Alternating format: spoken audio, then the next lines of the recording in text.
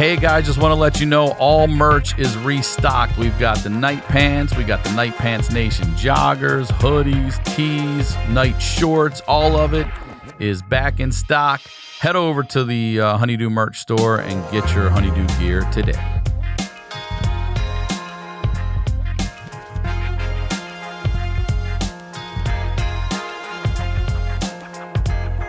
The HoneyDew with Ryan Sickler. Hey guys, just want to tell you the Night Pants Nation tour kicks off next month. I can't tell you how excited I am to get out there. This is more a gratitude tour than anything, honestly. I've sat here for the last year and a half in this room, and we built the fucking army, and I'm coming out to see y'all. I can't thank you enough for your support. So let's have some fun together. Here are the dates. September 16th through 18th, I'm in Phoenix, Arizona. September 30th to October 2nd, Indianapolis, Indiana. October 23rd, Baltimore, Maryland. October 28th, Brea, California. November 12th through the 13th, Arlington, Virginia. December 9th through the 11th, Cleveland, Ohio. December 17th through the 20th, La Jolla, California. January 6th to the 8th, Austin, Texas. January 20th to the 22nd, Kansas City, Missouri. February 17th to the 19th, we're in Vancouver. March 17th to the 19th, Edmonton. All right. And there are a bunch of dates I'm jumping out to do with Tom Segura as well. Go to ryansickler.com, click on that Night Pants Nation tour info, and get your tickets. This episode of The HoneyDew is brought to you by Expressvpn, Freshly, and SHEATH. More on that later. Let's get into the do. The HoneyDew with Ryan Sickler.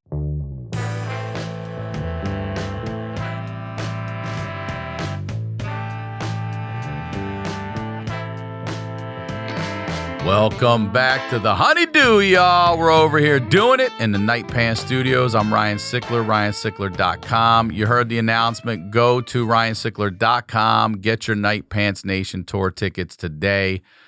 I mean, Tom's coming everywhere. I'm coming everywhere behind him. You know what I'm saying? And I will be doing some dates with Tom. So come out and see us. Come out and see me. Let's have some fun. I can't thank y'all enough. The honeydewpodcast.com is the website for the show.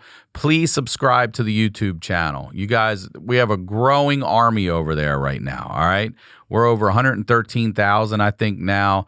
You watch and you like it, it's free. Hit subscribe. It means nothing to you and everything to me, okay? Patreon, another community that continues to grow and blow me away with stories, okay? If you or someone you know has that story that has to be heard, please submit it to honeydewpodcast@gmail.com. We'll vet it. Hopefully we'll get to do an episode together.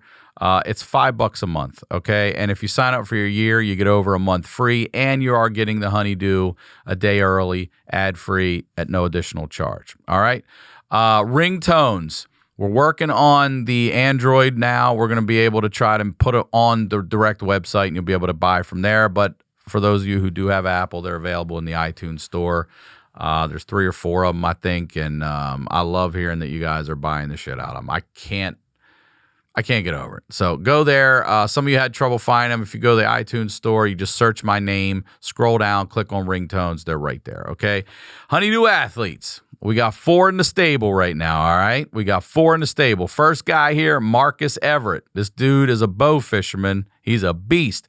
This kid here, Caden Wood, D2, pitcher for Seton Hill, went to the College World Series. All right, Beck Adler, this is my boy. You might have seen him on The HoneyDew with y'all. Also, Gary Adler's son. Kid's a killer big wave surfer. And then we got Maverick Reed, professional cowboy over here. He's a bull rider, y'all. So those are our athletes right now. We're adding to our little stable. I did get some D1 requests, so let me look at them. If you're a walk-on, then hell yeah. All right, hell yeah. If you got a full ride, hell no. Hell no. All right, y'all. You know what we do over here? We highlight the lowlights. These are the stories behind the storytellers. You know, it's easy to show your highlights in life on your little social media and stuff. It's not so easy to highlight your lowlights. All right, so we're going to sit down today and listen to this storyteller who's got an incredible story. Ladies and gentlemen, please welcome for the first time here on The HoneyDew, Chris Bory, y'all. Welcome to The HoneyDew. Thanks for having me, brother. Thank you for being here and for having me, I guess. Having me at your table. I wouldn't have had anybody else. Thank you, bro. It's nice to be here. Before we get into what we're going to talk about today, will you please plug promote everything. Yeah, you can find me on Twitter and Instagram at I am Chris Porter. I have a website, chrisportercomedy.com. It has all my tour dates coming up. I'll be in Toledo, fucking other places. There's a San Jose date that we're holding on to, but let's be honest, probably not going to happen. But yeah, that's chrisportercomedy.com. And that's pretty much, and also I'm on Spotify and Pandora, and I've got 4 specials on Amazon. Yeah, that's all. 4 specials on Amazon. Yeah. Go watch all of that. All right, so this is the story I heard about a little while ago. Yeah. I've known you for a while now in comedy, going back to your long curly hair days. Yeah. And I heard about this tumor or this injury you had, excuse me. Yeah. I say tumor because I know it's brain, but I misspoke. And I heard it was golf related. And you and I have never, you had full on brain surgery, the whole deal. Can we talk about, because you said that afterwards you went into a depression that you've never really talked about. And I'd like to talk about what happened. Take us to that day. Okay. So the day of, me and my mom went to play golf. I think it was a Monday. Now, how old are you? I'm 17. And your mom's golfing with you. So are you like a golf family? Because I know you're still into it. Okay. Especially that time, my mom was starting to get into it a lot, and so was I. I think I was 4 years in. So I remember I'd been out at the lake with my buddies all weekend, just being Is this the dumbasses. Ozarks? It was Table Rock. Okay, but you're from Kansas City. Well, yeah. So good guess. But Thank we you. went to the Mr. Pibb Lake. Not the Dr. Pepper Not the Lake. Dr. Pepper Lake. You know what I'm saying? So, Yeah, I know what you're saying. and we were doing the dumbest shit in the world. We were jumping out of boats, doing 30 miles an hour, just being 17-year-old idiots. And then Monday rolls around. Mom's like, I got free golf. You want to go play golf? I go, fuck yeah. It's second hole. Mom was very much about the rules. So while she hit, I stood off the fairway parallel with her. And then this ball just whack. Right about an inch above the temple, and I went down. I can tell you this: the moment I got hit, I had a vision of a ball being hit off a tee, and I went down, and I would, if I was out at all, it was for a split second, and I get up, and my head fucking hurt, and my mom. Are you bleeding? I'm not bleeding. Is there a fucking lump there? I mean, immediately no. And we're but it hurt. And did the person come over? So the person comes over. Well, first, my mom, I had just gotten contacts for the first time. So I'm rubbing my head, and my mom thinks I'm just fucking with my contacts. She goes, "What's wrong?" And I go, She didn't see it? No, she didn't see it. I go, "I got hit." And so she comes screaming over, and this old man comes around. It's a dog leg. He didn't see me. And he should have been trying to hit around my mom in the first place. But old white men. So he comes around. I rolled that woman's car, and I've still never seen her yell at a man the way she went full gorilla. Just it wasn't even words, it was just emotion. And this dude was frightened, and I thought I was fine. How old do you think this guy was? 60s, 70s. And my mom looks at me and she goes, "Are you okay?" And I was like, "Yeah, I'm fine." And pardon the hole.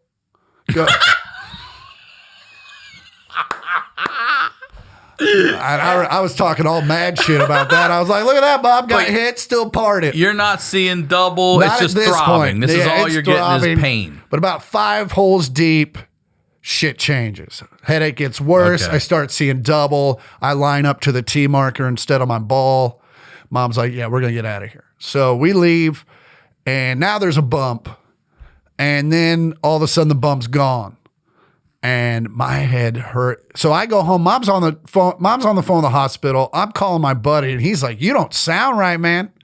And I'm like, "What? I sound fine." He's like, "No, you don't." Really? He could hear it. Yeah, he was like, "You need Are to go." you slurring your words, or I don't know. He's like, "Buddy, you don't sound right." And this was a 17-year-old kid. And I was like, "All right." And then it got real bad. The headache was just it. I mean, I've never felt pain like it since. And I started seeing double, and I was like, "Yeah, I think we need to go." Are you vomiting or anything? Not at this point. As soon as we get to the hospital, we get to triage, and they're like, "What's wrong?" I just threw up all over the desk. No wait for that guy. So, John Doe coming back. We'll get his info later. we got a hot one. So just FYI, if you want to get through the line, just fire one out. So I get back there. They run CAT scan. They're like, okay, there's a blood. What has happened is it cracked your skull. The blood is seeped back through the crack. It is now clotting between your brain and your skull. Whoa. Okay. Yeah. I So follow that's why the headache is so much worse that. now. Okay. And so doctor comes in. I got real lucky that the number one neurosurgeon in Kansas City happened to be on call that night. And this dude walks in, and this dude was fucking Iceman. Just comes in. He's like, this is what we need to do. I need to cut open your head. And we just need to go in there and get the brain thing out, and then you'll be good as new. And I was like, but he said it. So he didn't come in like ER, like we got to get this done, blah, blah, blah. He was just like, this is what has to happen. So he said it so low key. I was just like, anyway, football starts in 2 weeks. And I started my junior year, so I had a starting spot guaranteed. I'm like, I'm not. What position? Split end. Okay. Because we ran an offense from fucking 1947. Yeah. Yeah. A lot of option. So You'd be a Pro Bowler every year if you were split end in the NFL. You're the only motherfucker. So I go, hey man, football starts in 2 weeks, and let's just do it at the end of the season. And he's like, no, buddy, you don't understand. If you don't do this tonight, you won't be here tomorrow. Tonight. And I go, You're not even getting a week to prepare. No, You're no. going in that night. he's like, if you don't do this tonight, you won't be here tomorrow. And I'm out of it at this Tomorrow. point. I go, of course I won't be here tomorrow. I'm going to leave. Why would I stay here? And he's like, and he puts his head, he's like, buddy, here's what's going to happen. The blood will continue to clot around your brain, and you will die one of the most horrifyingly painful deaths that anyone's ever died ever. And The doctor said that. That was the gist of it, you know. Yeah. And he goes, and I go, well, then why'd you even give me the option? And he was like, yeah, we need to get in there and do this. So went in there, did it. I was in intensive care for 2 days. All right, wait, how long did the surgery take? I mean, I would say I went in the afternoon. I mean, he's basically what now? He's resealing he's repairing your skull? They basically took a hole saw, drilled out That's what we did over here in the Right? corners to have cable run through. For real. Took a hole saw. Holy shit. Fucking drilled out, that's this side, took out a piece of my skull, took out the clot, put the piece of skull back in, and then put 3 wires in and then they fuse to the bone as the bone begins to fuse to itself. And then it all heals itself. It all heals itself. And I told the story on another podcast, but one of the wires was a little loose, and it would make a clicking sound. Nah. Swear to God. And What do you mean? like it just like You'd be walking and you hear it click, clicking. click, click, click. Like I could click it. Swear to God. You got a Well, fucking no, blinker, I could bro. do it. Like it wouldn't do it on its own, but it was Okay. like a nervous tick. Like I just click it, right? So, Listen, I know you're nervous, man. I could hear your head clicking.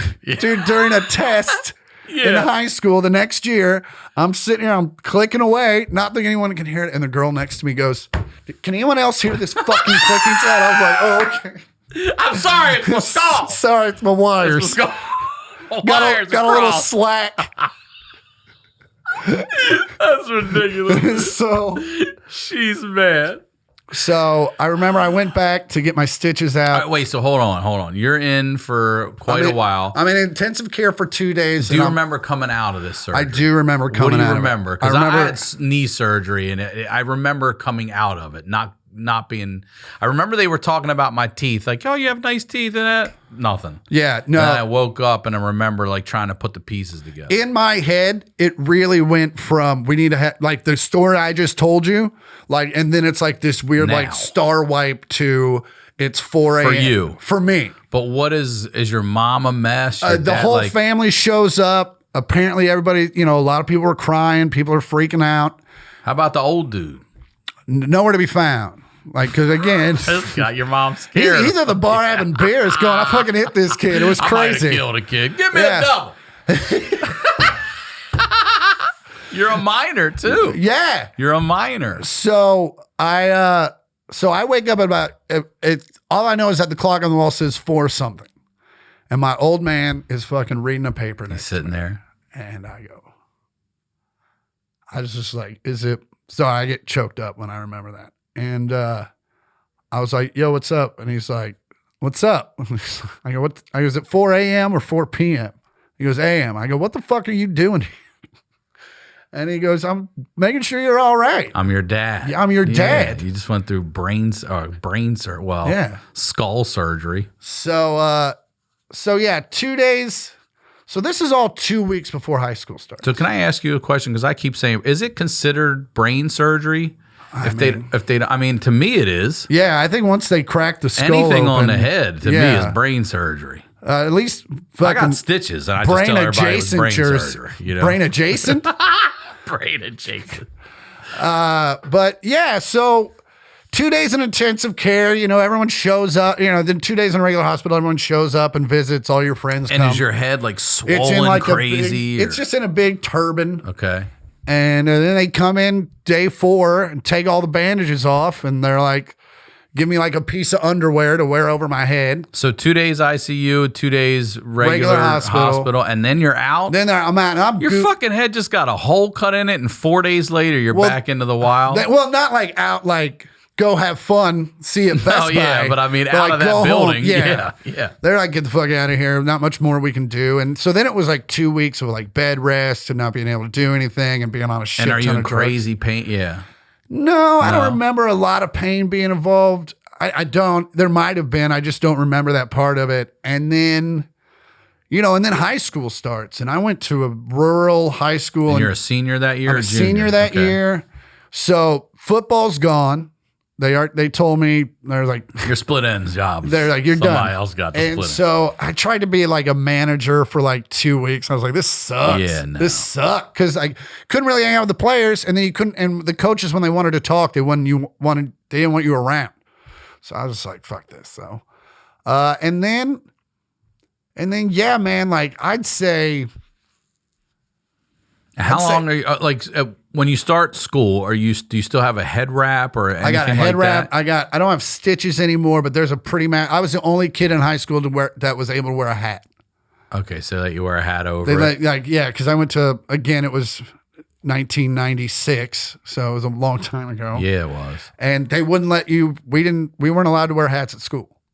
And so. Yeah, we couldn't either. We couldn't in our high school. So they were like, yeah, you can wear a hat because no one wants to fucking stare at that all day. Not for you. Literally for all of us. So we don't have to look at that shit. Your fucking Frankenstein face.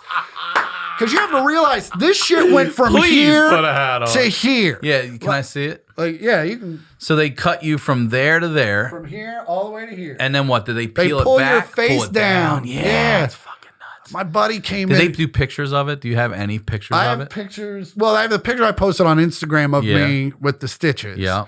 And that's what made me say, okay, I got it. He's got to come tell this shit. Yeah. So that happens. And then. So how long are you in this headdress? I don't know. I would say a month or two. Damn, really? Yeah, just because, it was a pretty heavy gash. So can you sleep at night comfortably? Yeah, I was on so many drugs. I was sleeping during the day, sleeping at night. How were your grades during then? Just shit? No, they were... I only had to do half a year that year because my parents thought I was moving. My parents thought we were moving to New York. So I accelerated my high school program. So like my junior year, I took like senior classes so I could graduate a little bit early. And we never ended up moving. But so my senior year, I came in like, I got half a year and I'm fucking just walking. So I did that. I had already done my senior paper my junior year. So I was like, fucking, this is going to be a cakewalk. And it was. And I was out my senior year by like 11:30. And so that was fun. And then once the depression really started to kick in about 7 months in, and I moved, and it was when I left home to go to KU. And, I was in this place, like it was really starting. I just thought I was 18 and going through it. And also like we came up in that Kurt Cobain era. We did. And so like when he killed himself, like I had a buddy kill himself like a year later, and and he idolized that dude. And his high school girlfriend broke up with him. Right. And he goes and fucking offs himself. That's why? Yeah, man. And it's fucking... Yeah. He doesn't have that idea if Kurt doesn't. And Kurt had serious demons and probably had every reason in his brain to do what he did. But there were repercussions to his actions. Yeah. And for a lot of people in our generation. And I saw that. And so when I went through this heavy depression, and you do wake up every day. What's going on? What do you notice first? When do you realize, man, this is different? Things are different. I would wake up and say, fuck. That's the first feel, dread. Just like, fuck, man. Like I woke up. Is it because I woke up, not fuck another day of this shit? No, I was like, fuck, I woke up. Oh, you really wanted to die. Yeah, but I didn't know why. Like life was good. Like I have a great family. Well, the drugs, I'm sure, were part of it. I mean, I'm off the drugs by No, this I mean point. the prescription. That shit fucks with you for sure. But also, you lost your football that year. Yeah. You lost your senior year of high school. You're losing. Like a lot of these kids now with COVID, their senior year is gone. Yeah. So that's tough. And then I get it, man. Trying to stay around the guys and be the manager on the football team. And I'm like, fuck this. Yeah. And then like that to me would really fuck with me. So I would start to like, obviously I hadn't found comedy yet. I'm 6 months from finding comedy at this point.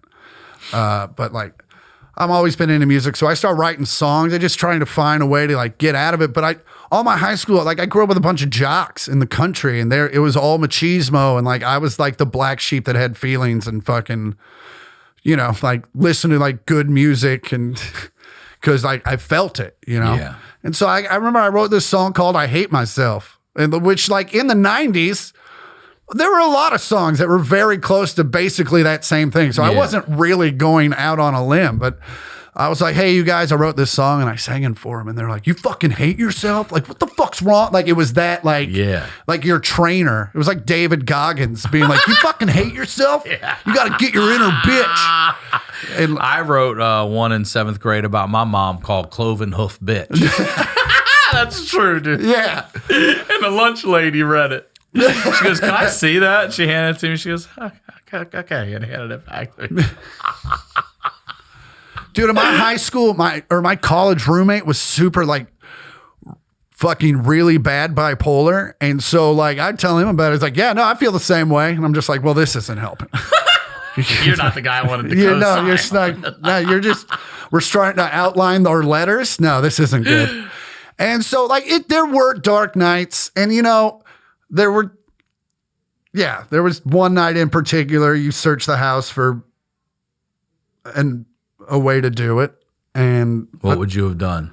Oh, I would have used a shotgun. Are you serious? Yeah. And it got to a point where I knew the gun and I just didn't have the ammunition. Did you talk to your parents about this at all? Not till years after. Years? Yeah. So you just suffered internally and did you go to therapy? No therapy? No therapy. And they didn't send it to you to therapy after brain surgery or anything like that? No. And as a matter of fact, I didn't find out that the depression was related to the brain surgery till years later when I was talking to a neurosurgeon at a bar. Really? And I was like, oh, and I told him the story. He's like, do you go through a big depression after that? And I go, he just asked on his own? yeah. And I go, yeah, but I was 18 and in college, my first year. Who doesn't? He's like, no, man, that was major brain trauma will fuck you up. I'll bet. And so, and I didn't have any answers and I knew in my mind that I had no reason to do it. Like life was great. I had a lot of comics, their crux comes from like a bad relationship with their parents or whatever their internal struggle is. My internal struggle has always just been a lack of confidence that is ingrained in me. Like from where? Where does that come from? I don't know, but it's not from my family because my family's very supportive and loving. And your mom was out there driving the shit out of the ball that day. But like me and my mom and dad talk every fucking day. That's so great. My family is amazing. And so it's just always been, and I see it a lot on some of my dad's side of the family and they all are medicated. Josh Wolf and I talk about this all the time. I have, what is, how do we say this all the time? I say it all the time and I got this brain fog, but it's like, I wish my self-confidence matched my belief in myself. You know what I'm saying? Because you're obviously a doer. You're out there getting it done. You're successful. Like, I believe I can do something. I believe in myself. But my self-confidence about my appearance, who I am, talking, all that, that is always lacked. Yeah. It's always lacked, which is why I try to be funny to make up for it. Somebody the other day, this shit made me laugh. I don't know who you are, but I want you to know I saw it and I laughed my ass off. But they said, if an afternoon nap had a face, it would be Ryan Sickler. Is that not the greatest shit?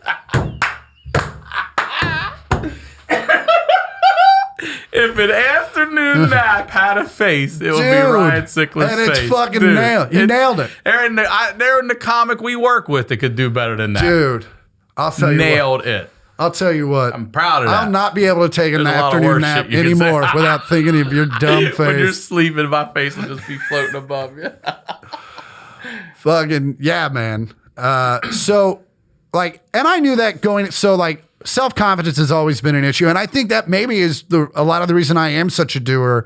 And I am, it's because if I don't do things, I already don't think I'm great.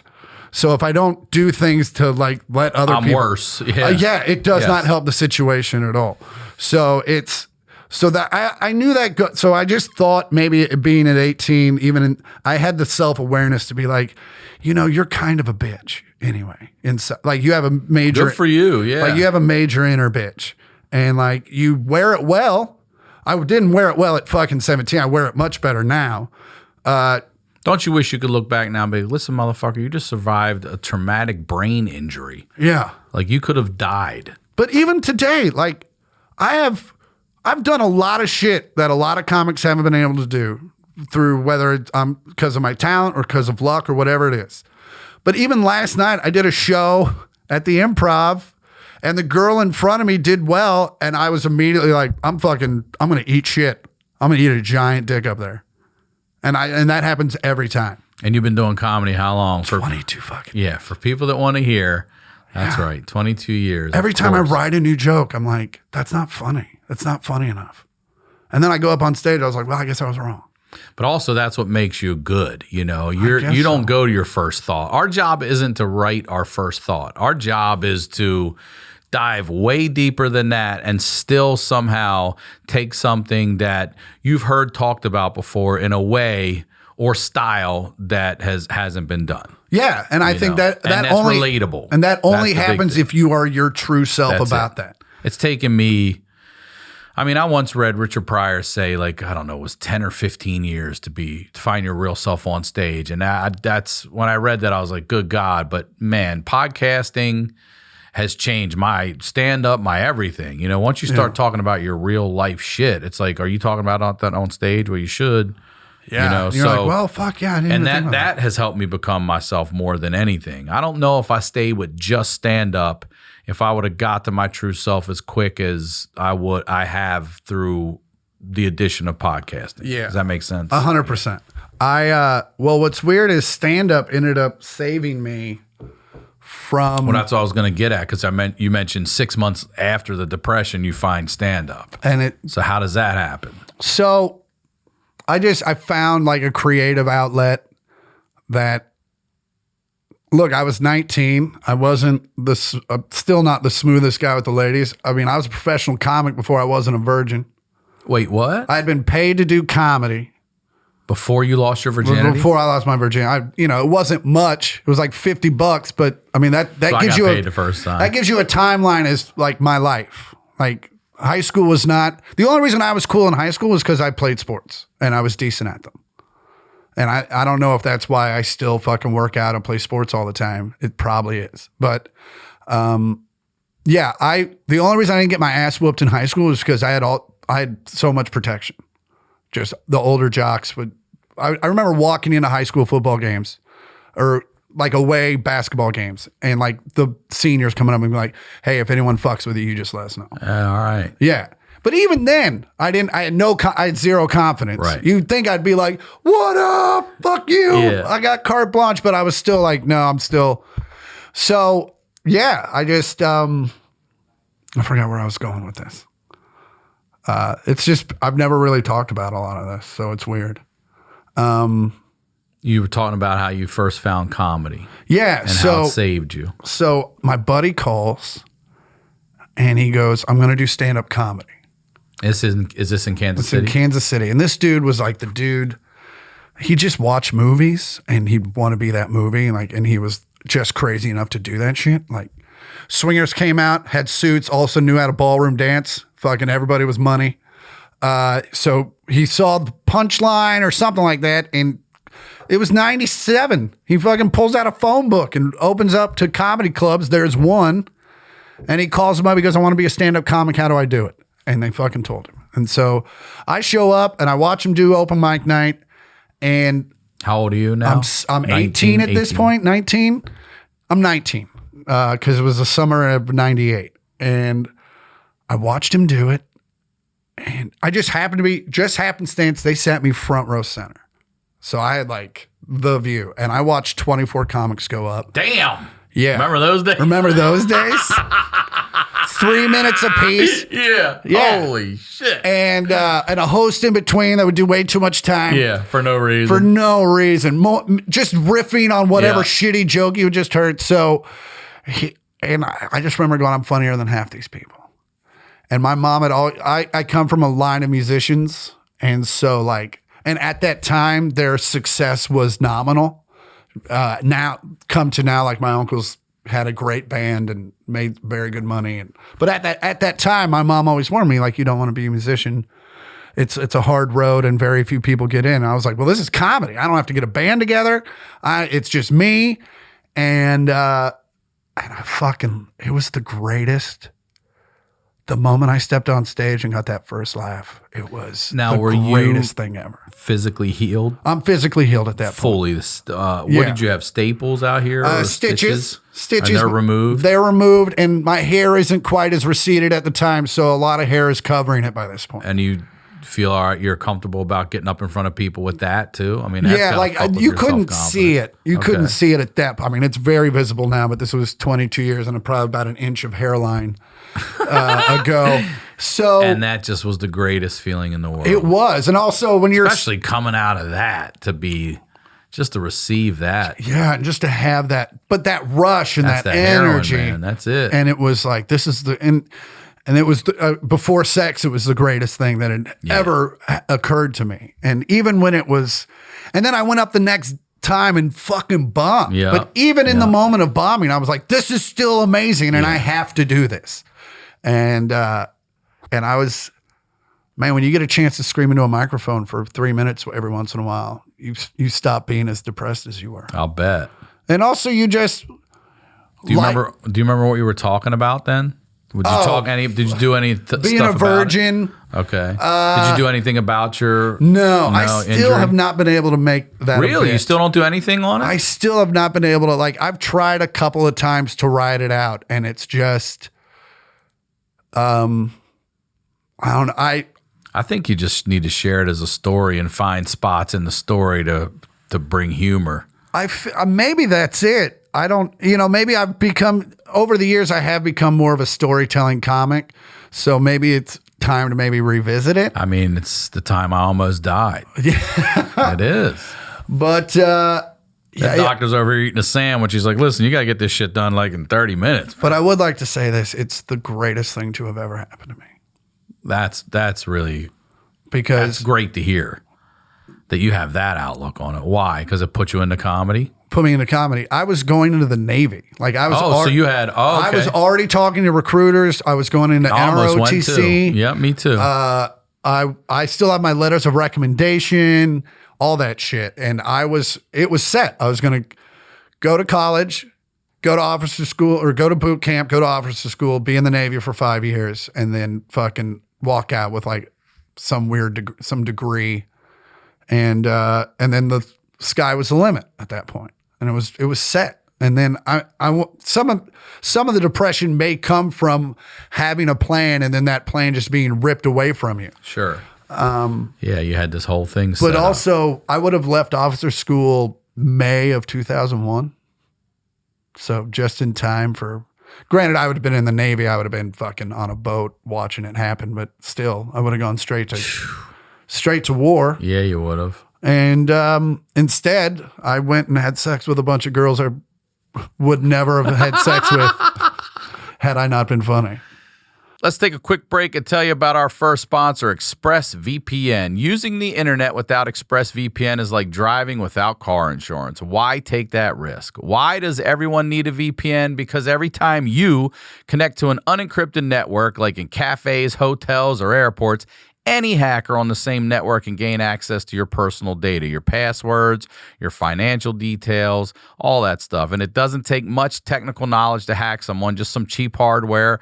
A smart 12-year-old could do it. Your data is valuable. Hackers can make up to $1,000 a person selling personal info on the dark web.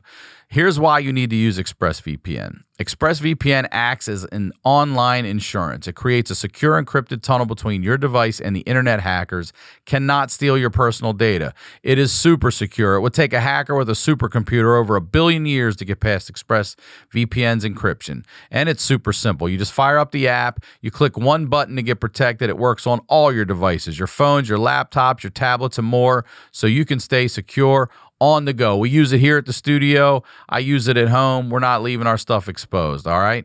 Secure your online data today by visiting expressvpn.com/honeydew. That's expressvpn.com/honeydew, and you can get an extra 3 months for free. expressvpn.com/honeydew. Our next sponsor is Freshly. Now, dinner time can be chaotic, but with Freshly, it's easy. Their chefs take care of your meals a few nights a week and take the pressure off of you. Freshly offers chef-made, nutrient-packed, delicious meals delivered fresh to your door. There's no cooking required. That's what I'm talking about. Grocery shopping and cooking can be a pain, especially right now. And with Freshly, you don't have to. Your meals arrive cooked and fresh every week, so you can keep your fridge stocked and skip the trip to the store. Ordering is easy. Visit freshly.com and choose from over 30 delicious, satisfying, better-for-you meals like the steak peppercorn, the sausage baked penne, or their chicken pesto bowl. Look, I love the chicken pesto bowl. I love the sausage baked penne and the steak peppercorn. They're great. They're a better option than when I come home late, whatever we're doing here at the studio or shows. I don't grab fast food. I get my Freshly, all right? And Freshly can fit your lifestyle with a variety of plans and meals to pick from that work for your dietary needs, your preferences, your taste, and your family size. And now my listeners can try Freshly for just $6.16 a meal. That's cheaper than fast food. Stop searching the internet for healthy food near me every night and start living life freshly. Your meals are always delivered fresh, never frozen, and they're ready to heat and enjoy in just 3 minutes. With new meals added each week, Freshly brings the convenience of chef-made, nutritionist-designed classics right to your kitchen. That's freshly.com/honeydew for $40 off your first 2 orders, all right? Right now, Freshly is offering my listeners $40 off your first 2 orders when you go to freshly.com/honeydew. Stop stressing about dinner. Go to freshly.com/honeydew for $40 off your first 2 orders. That's FRESHLY.com/honeydew. Our next sponsor is SHEATH. Now, SHEATH are boxers that are designed to keep your balls off your legs, y'all. SHEATH has 3 individual compartments, all right? You can figure out what they're for, to keep everything down there separate and cool and comfortable, all right? Traditional boxer briefs are barbaric. They're invented during the Neanderthal era, and SHEATH has a modern ergonomic design intended to prevent that skin-on-skin contact for long durations, which you all know can build up heat and sweat. All right, SHEATH prevents all that. It's the holy grail of underwear. There's an inverted kangaroo pouch for your Joey to keep from sticking to your thigh, all right? You will chafe and readjust less because everything is in a separate compartment, because everything is separate. And there's less smell too, all right? They were invented by a U.S. Army soldier who came up with the idea for SHEATH during his second tour in Iraq, where it was hot as hell and his boys needed to breathe, all right? He invented these underwear to keep your boys cool and comfortable, okay? Dude's a hero. He's like, I don't know, he's like the Elon Musk of ball bags, I guess, all right? Because SHEATH underwear are what you need in your life if you want to be a modern man, all right? Now, here we go. Listen up. Here's what you got to do. Go to sheathunderwear.com/honeydew for 20% off your order today. I'm going to spell it for you. That's SHEATH sheathunderwear.com/honeydew, and make sure to use the promo code honeydew at checkout. That's sheathunderwear.com/honeydew for 20% off, and do the right thing by your balls, guys. They'll thank you. All right? 20% off, sheathunderwear.com. Now, let's get back to the do. And so, did your parents come see you at all? As a comedian when you started out? When I first started, the first time I did it, I won the contest. Okay. And the contest was that you got to open, or you got to do a guest spot on that Sunday. And who was the headliner? The Amazing Wid, or the Incredible Wid. I don't know that. So he was one of my favorites. He was always on. He was a prop comic that was always on Make Me Laugh when Comedy Central was like a baby. Okay. And he was just fucking devastating. And so to like show up and like immediately be opening for like one of your favorites in front, but then you realize immediately the reason they have you do the Sunday show is because you're going to bring the audience. Because they're all coming to see you. It's a Sunday show, yeah. So they think if we put him up here, then he'll. And I did. I brought like 8 of my, because it was Father's Day. Oh man! So I'm at Father's Day, like, yeah, I want a contest. I'm super fucking funny. You all know it, and I'm confident around my family, and and so my aunts and uncles come out. Is your dad there on Father's Day? I'm sure he was. I don't remember. Maybe not. I remember there being a lot of people there and just me eating a giant dick in front of like aunts and uncles. And they never came back. They didn't come back for years. Years. They don't, because they have, you get one shot. You get one shot. And also that was like the non-artistic side that was the very athletic side of the family. So they just show up and like, oh, well, that's as good as you are. You'll never be better. You're peaking right now. You're peaking. Your second time up. They never took that into consideration. Never see you again. You do. You get one chance. Oh shit. So comedy pulls you out of this depression, and how are things at home? Like, there's your mom. Like, who were you closest to throughout that? At least your mom. My dad. Your dad. My mom again is one of my best friends, but she was always very much concerned with me being the best person I can be rather than us being friends. All right. And so a mom. That led to us being the best of friends when I got old enough to recognize that. But so like my dad was always the guy we'd have beers and I'd fucking tell him what was up. And, you know, comedy for the first year was just a hobby. Like I only did it on Mondays. And so still went to school. Everything was great. And then after the first 6 months, 7 months, then I start getting like weekends and stuff like that. And it starts becoming a little more serious. And now I'm like, you know, there was definitely a period. I was a house MC at Stanford's. I'd go to college from 7 to 11 in the morning, go straight from college to work at the mall from 11 to 6. What store at the mall? I was security for the entire mall. You were mall security? Dude, for the whole mall? I was at the rich mall, so we just drove BMWs around a fucking parking lot. Oh, you didn't even have a golf cart? You I didn't have a golf. BMW? I was driving an X5. Swear to God. Yeah. And so I would just park that bitch in the parking lot. What's the craziest shit you see go down during mall security? So this poor bastard, they had just had a credit card fraud seminar the night before. Okay. Right? The police department came in and said, here's how you find credit card fraud. Well, this motherfucker walks in that morning and is like, throws down this fake ass credit card to the point where like the guest attendant kind of thought it was a test. Like they're this. So they call security and it's like, the mall just opened. I'm still eating breakfast.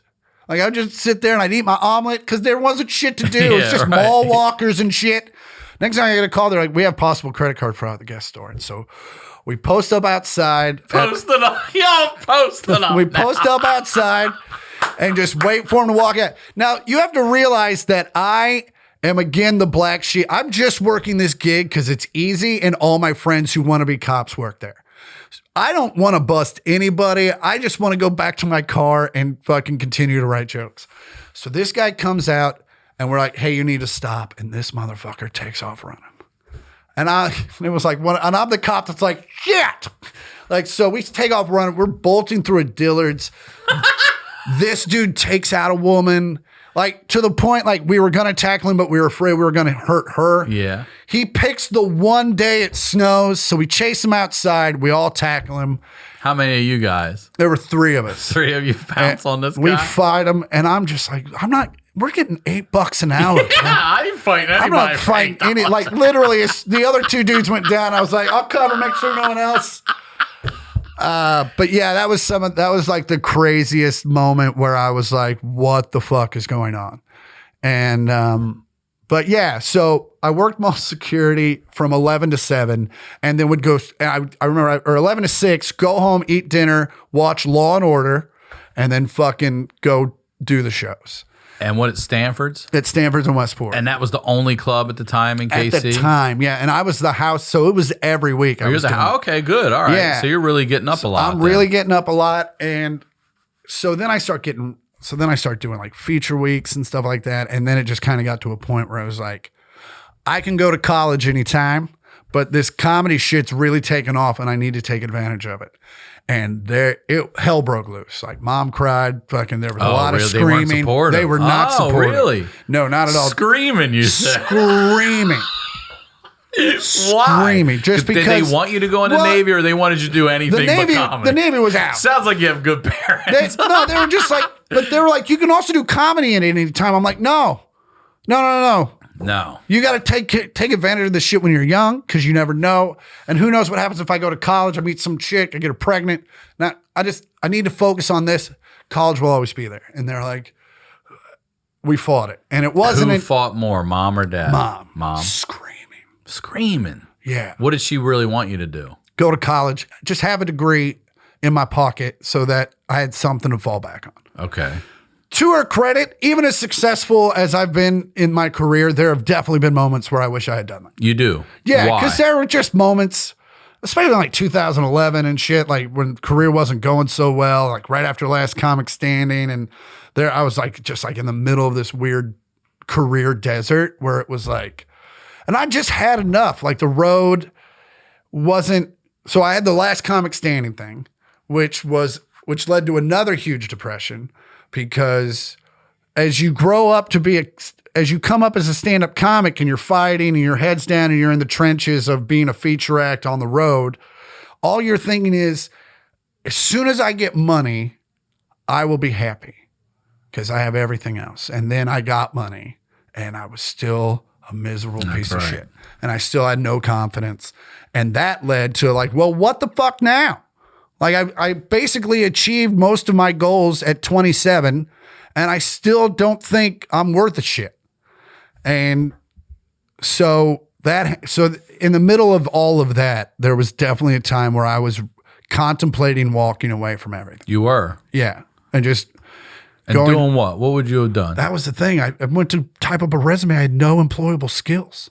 The last job I had, I was 19. Mall security. Yeah. And you try to dress up being a stand-up comic as being an employable skill. Like, I can handle crowds. Yeah. Like, they see right. All they see is some guy that drank for fucking 12 hours a day and then worked for an hour. So I remember I come from a very heavily Catholic family. Same. And we were at a family function. Our family priest showed up, and he's a great guy. And someone asked him a question, and he had a great like story to tell that like was kind of a parable. And I was like, I need to fucking sit down with this dude. And I go, Father Don, can I buy you a beer? And we just kind of sit and talk one time. He's like, you're speaking my language. And it was so uninspiring. Like, will you go and have beer? And I go, listen, I've been a comic for this many years. It went well, and now it's not going so well. And I'm not going to find a wife this way, and blah, blah, blah. And he just went, I don't know, you have money in savings? And I was like, a little bit. He's like, yeah, fucking move back, see what happens. And I was just like, that is not, now I'm definitely not moving back. Yeah, when Jesus I wanted a story. Where's fucking Noah in this shit? Don't you have something about some footprints or something? Come on. Isn't there like Come a on, successory scene here somewhere? Did Jesus ever do an open mic? Maybe- when Jesus was thinking about becoming a feature. A feature. So He's the middler, Jesus. So there was definitely that moment in where I thought about leaving everything and just moving back to Kansas City, and I don't know, it would have been bad if I'd done it. But then I got to do Ugly and Angry, and that went on. You know, I was like the first generation of specials to get on Netflix, and it fucking changed. I mean, that special. More than any have changed everything. I think it really solidified me as an actual comedian. Because Last Comic Standing, there have been a lot of great comics on that show. Absolutely, yeah. That show did not make them though. Like No. that show's kind of like this like prop. Yeah, that It's show almost like showcased them. It didn't make them. Exactly. That's like all. Amy Schumer, That's Eliza, like the biggest ones. That was like a stepping stone to get to the thing that blew them the fuck up. Yes. And you know, the thing about Last Comic Standing is it's a really great run, especially we got in our season, our agents put on our tour. So we made a shit ton of money. And then NBC got wind of how much money we made, and they're like, oh, we're gonna make that money. Oh, is that right? Dude, the people that were in the seasons behind me, they'd call and say what they were making, and I felt sorry. Like it was a fifth of what we were a making. fifth. A fifth. Yep. And I mean, I'm not surprised at all. That's why I'm trying to do all this shit myself now. Trying to do all of it myself. So yeah, so then Ugly and Angry came around and really started like, that's when my fans started to generate. That's when these people were coming to see me and knew my jokes. I got one question for you. Yeah. Did those relatives come back at this point? Yeah. They finally gave you When another I shot this, because that's why I was like, I'm shooting this special in Kansas City because I'm going to let these motherfuckers know. Yeah. And I think that comes back to what you were saying. Like, I know what I deserve, but at the same time, I don't think I deserve it. Like that weird thing. And I was like, this is my chance. I'm coming home. And, you know, in my mind, this place was going to be sold out and it was going to be great. In reality, it was a fifth full and we made it look good. But it was definitely... Last Comic Standing solidified everything for me because they had watch parties and shit. So after that, my family was on. Once you're on TV, they can't argue with you anymore. No, it's especially in Kansas, Right. where they think it's all real. And so once I got on TV, you know, mom and dad stopped bitching, and also I rarely needed money. I was always making pretty good money, so they couldn't really bitch about that. But again. Yeah. The depression comes and it goes. Like Still. Now, Do you have any kind of CTE or any of that long term? Anything? I mean, if I do, I'm not aware of it. Yeah. Do you get headaches? Do you have any kind of side effects from it? Not from that. Like I had a headache. Nothing. Nothing. That's amazing. It really is. I got jumped years ago and they kicked my jaw and broke it, and I have a TMJ from it now. Like it'll click when I open too far. Oh yeah. And anytime, I'm not a big drinker, but if I do have a drink, the next morning, the hangover for me is never in my head. It's all in my fucking jaw. And Really? I don't even fuck with it hardly. Yeah. No, I That's don't why have. I smoke weed. Physically, I have no. Well, one of the reasons. It's one of the reasons. Oh no. I think weed is what. I mean, it is my Klonopin or whatever it is. Did they tell you to use that when you were going through your shit? A lot of my relatives are on it. Yeah. And they kind of seem to be of the same, especially I have a cousin who's got his shit together. Like, I didn't know he was on it till he told me. And, cause he's straight as an arrow, is an engineer, actually does work for the Navy, and, is like, you know, tried and true, like Mr. America. And he was like, yeah, I'm on Klonopin. Yeah. Really? Yeah. Now, And you had, in your email, you said a cousin, you found out something else about another cousin. Oh, so I had a cousin. Is this not the same cousin? Not the same Okay. cousin. This cousin, my other cousin, was like, he and I were best friends. I mean, not that me and the other cousin weren't either, but so I'm like 8 years older than any of my cousins. Like they had me way early. And so my oldest cousin is still 8 years younger than I am. But we were always very close, even when we were kids growing up. And like, he had like a lawn service, and when I'd go home and didn't have shit to do, I'd fucking hop in his truck and go mow yards with him. Yeah. Like I just loved hanging out with him. And then shit got weird. Like he would come and get me, and we'd work one day, and then the next he'd like, I'll pick you up at like 10 tomorrow and we'll go work. And he wouldn't show up like at all. And then he'd call at like 4 and be like, oh, sorry, bro. And my dad kept going like, man, I think he's on something. I was like, but Eric's also been weird. Always. Like, right. That's when it's tough to tell. This is the same kid that completely sober pulled his braces off with needle nose pliers because he was yeah, he's that like yeah, he's that so guy. You don't know if he's on some shit. Like, no, he could just that's Eric, bro. Like so, and yeah, he had some like played rookie ball for the Royals, fucking got his jaw crushed by a 98 mile an hour fastball and still got up and tried to charge the mound. Damn, really? Like, he goes, I got up and he goes, I could feel my jaw was in 2 pieces and I knew something was wrong. And then he goes, and then I spit out like 3 teeth and I just said, I'll fucking let him go. And, you know, I don't know if that led to where he is now, and it was just like, and I'd be like, Dad, fucking, no, he's just weird. Like and I'm pretty hip, man. Like I can tell when people are fucked up and I can usually tell you which drugs they're on. Now, to be fair, I know nothing about meth. I've never been around it. I guess I don't hang out at fucking Walmarts enough or whatever. But it was just, I've seen a lot of drugs, and meth is one of the few drugs that I've never seen in my entire life. And so, and then, yeah, he got popped for it. He got popped. He got popped with a bunch of it. How much is a bunch? I like enough to where it was an issue. Really? Yeah. Like a federal issue? Like federal prison issue? No, but enough to where he was looking at some time. And this was post like the baseball and all that stuff? This was baseball, and he still got the lawn service, but again, shit's getting weird. And then, you know, my dad's screaming. He's like, dude, he's on something. He's on. And is this your dad's brother or sister's kid? It's my mom's sister's kid. Okay. And I'm just like, he's just not. I mean, this is a kid that I got high and he fucking freaked out on weed. Yeah. So I'm like, there's no way he's getting into like fucking, that's 0 to 1,000. Yeah. I was wrong. And it was just the weirdest. Because of like, if I would have bet on the 15 cousins, which ones were going to get addicted to that shit, he would have been fucking 14. Really? Yeah. Just because all he ever did was work out and figure out how to get bigger and stronger. And he loved to work out. And when I first started going back to the gym, he like wrote my workouts for me.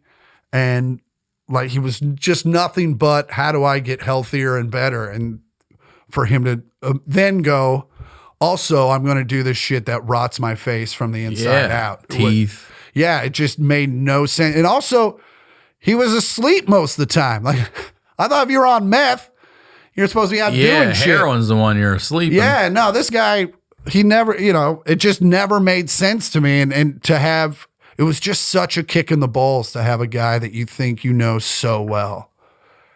And then also you're like, well, could I have, what else did I miss? And when you look back on it, there's nothing you ever really. There was one time, and again, Eric was weird as fuck, still is, but like we stopped at a gas station to get gas, and then he was gone for like 45 minutes. What? And then I lost track of time because I think I was on my phone. So did he probably. And I just figured I was like, I just figured he's dropping one. And it was taking a while. Maybe there's a backup on the poop train. I don't know. But then he just showed up and he just kind of was like, "Rrr," and like didn't really tell me what the fuck was going on. And that was the only time where I was like, okay, this is fucking weird. Like where the fuck were you while I was at it? I was literally just parked at a gas pump for 45 minutes. Just sitting in the passenger seat with no keys. Couldn't pull it in. Like, couldn't go if anywhere. They would have come out and said, move your fucking truck, I'd been like, you pop it in neutral and we'll push this bitch.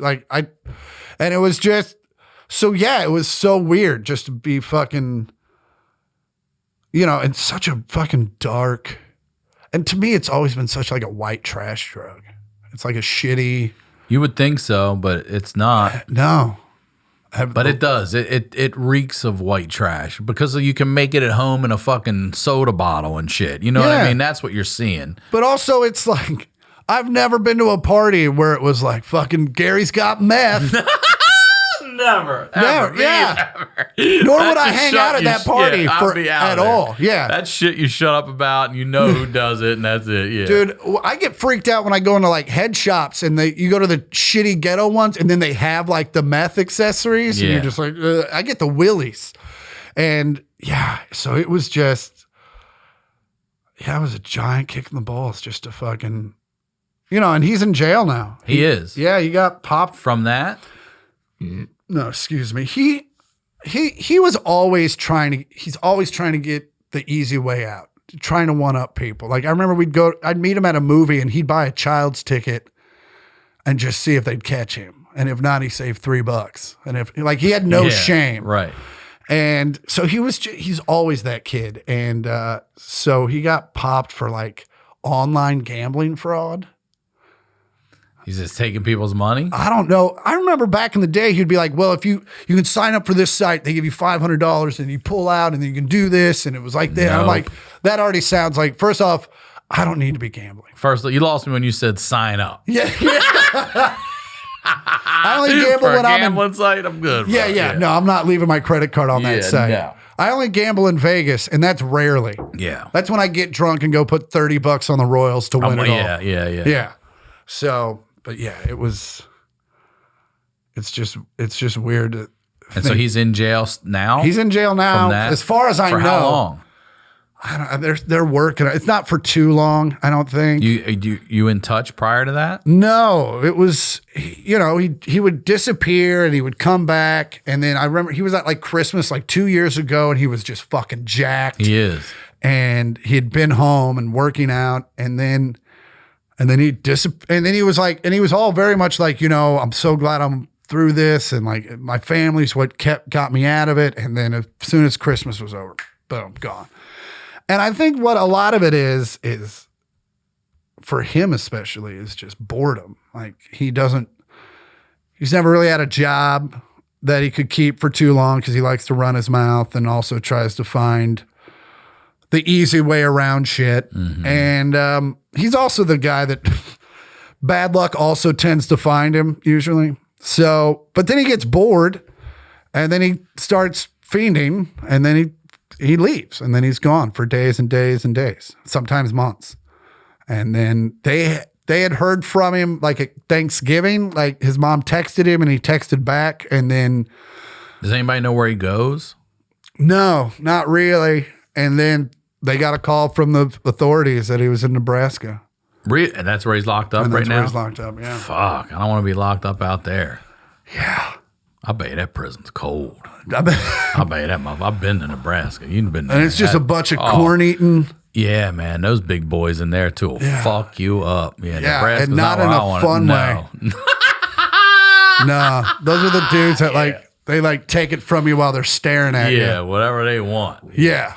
Kind of guys. I'm going to look at you while I'm fucking. Calling everybody sir in this cell. Yeah. Yes, sir. So what are you in for? Cow rape. Oh, shit. All right, I'm going to shut the fuck up. Yeah. No, you win. You want my pillow and all my biscuits? Sorry. Everything I know about prison, I learned from 60 Days In. So right now with your health and everything going on, there's nothing from the brain surgery. I mean, not that I'm acutely aware. What do they tell you? Obviously, you can't play football, but what else? Well, I think now I could. Really? Yeah, I think the brain's healed. I remember I went in for my, you're 17 and you have these Disney dreams of like, oh, you healed magically. And I walked in and the doctor and I go, so can I play football? And he just laughed. He's like, no, man. He's like, you can play golf. I was like, go fuck yourself. I think I told him to go fuck himself. For real. And then they were gonna clear me to play basketball, but I hadn't played since my 8th grade year just because by the time football was over, my body needed a break from all that shit. And so I was like, I'll go play basketball. And I went in and talked to the coach and he was like, look, man, you haven't played for 3 years. he was like, you're going to have to be really fucking good to make the team. And he was like, are you really fucking good? And I was like, no. And he's like, yeah, then fucking enjoy your senior year. Yeah. Kind of thanks, but no thanks. And so, yeah, I was out of sports. I might have played golf my senior year. I don't remember. Music was always in your family. Wait, I want to ask this real quick. The wires. Yeah. Did they have to be taken out? No, or they're in there and fuse they don't click anymore. But they're there. They're there. Do you have any trouble going through metal detectors or anything not like at all. that? I think they may pop up on an X-ray. On an X-ray. But that's about it. Yeah. Right. No, I've never had any issue. And my depression that comes around every once in a while, maybe from that, I don't know. But it also just, like I said, might be just from my inner bitch. Conquer your inner bitch. You got to conquer your inner bitch. What music for you? So you have a musical family? Yeah, and not like, it's not like the Gaither family where like everyone plays. Like everyone does play. But you mentioned your uncle made money. Who is your uncle? So my uncle Norm was in a band called the Elders, and they were a huge, for that scene, Celtic rock band that traveled. They basically played every Irish festival in the country, and they did very well for themselves. And they're in like music hall of fames and places. And oh wow, all right. And then what's he play? He plays bass. Okay. And then my other uncle Jeff was just an incredibly talented man that just never took a risk and left town and tried to be the next thing. They were on Star Search in like 1983, I think. And but yeah, I don't think he has any. But eventually started playing guitar for this guy named Bob Walkenhorst, who was in a band called the Rainmakers in the 80s that were big in Norway, of all places. So he went out there and got to finally live that rock star life where playing a theater and really light show and really rocking out. So, he definitely got to live his dream eventually. I don't know if it was in the facet that he had hoped, but yeah, it wasn't like a thing where we all sit around during the holidays and play guitar. As a matter of fact, if you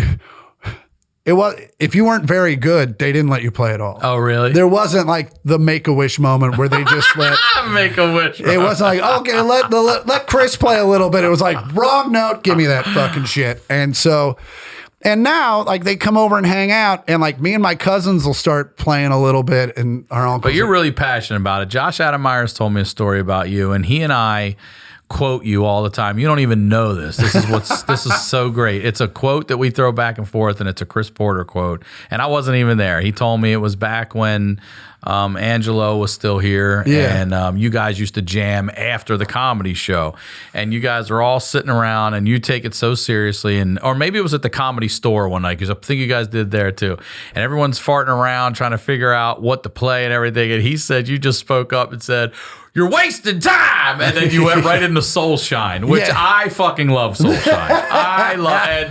He and I now back and forth riff on. I tell him if we're doing, I'm like, "You're wasting time."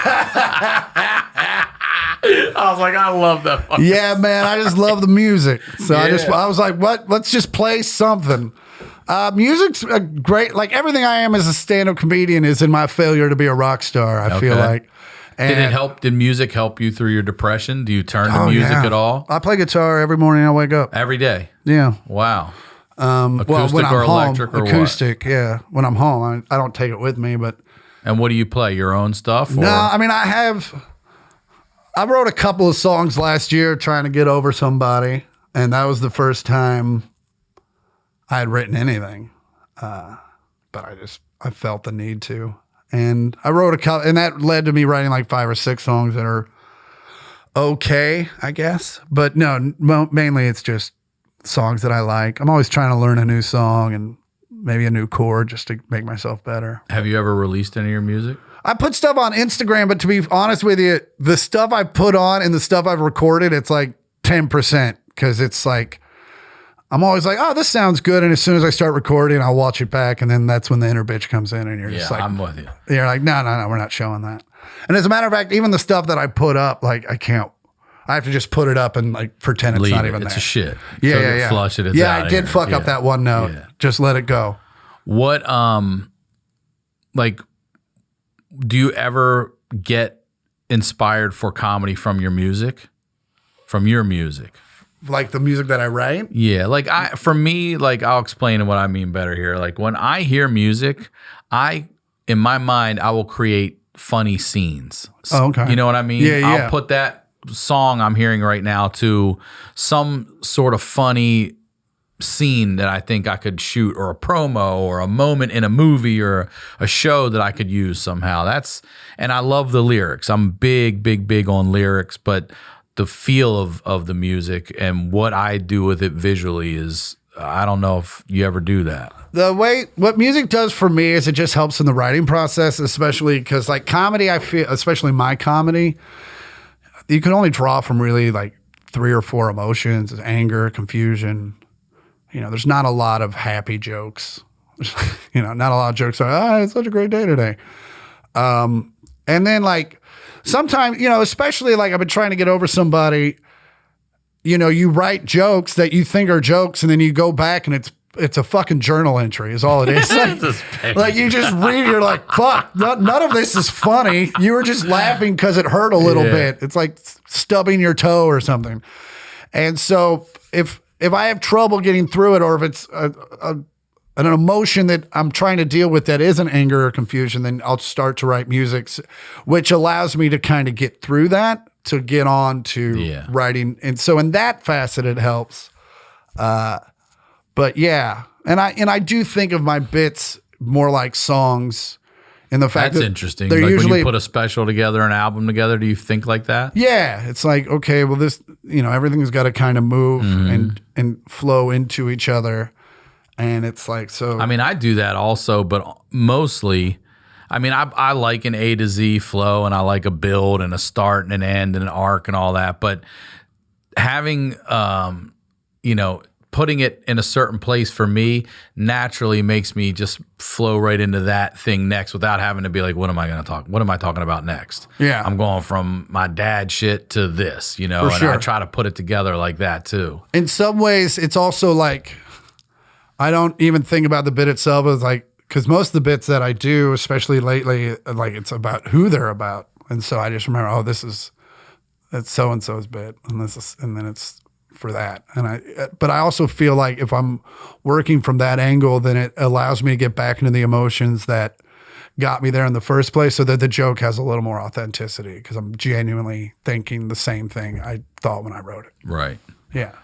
Dude, this has been a great episode, man. Thank you for coming on and being so open and honest about all that stuff. Thanks for having me. It was kind of, it's like I said, I hadn't said a lot of this shit out loud. So I appreciate you doing that. I know that wasn't easy. Yeah. So it's, so thank you. Yeah, thank you, man. So here's a question I ask all my first-time guests. Now, after everything we've talked about, knowing everything we know about you now, what advice would you give to your 16-year-old self?